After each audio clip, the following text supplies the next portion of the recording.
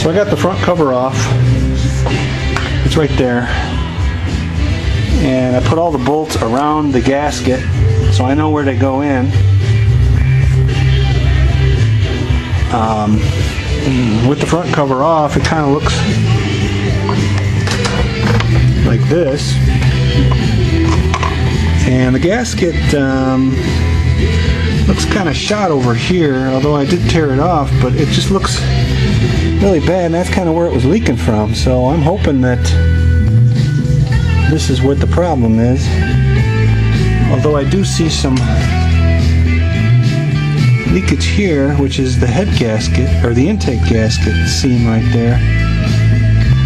I hope that's not where it's coming from. That could be. That would be really bad. But I have to do one thing at a time. So I have to do the intake gasket too, but that's a little bit more difficult. That's about a day for me. 2 days actually. Start it one day, finish it the next.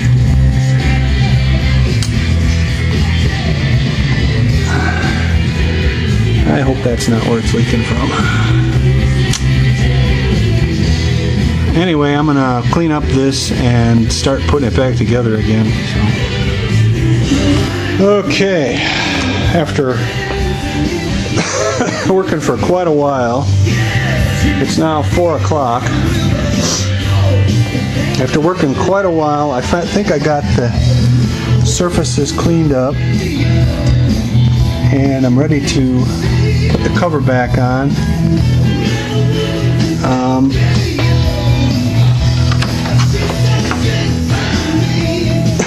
It was really a lot of work. There's the cover itself. I used some 220 sandpaper and kind of sanded it, and then I used a razor blade. Use a razor blade first to scrape off as much as I could, and then I used a sandpaper, and I got this thing kind of cleaned up. I've lifted it up and verified that water doesn't run out of it, so it's not going to get my gasket all hosed up after I put it on there. There's this, you know, you just keep cleaning and cleaning and cleaning, and eventually it's got to be clean enough. So, the first step of the reassembly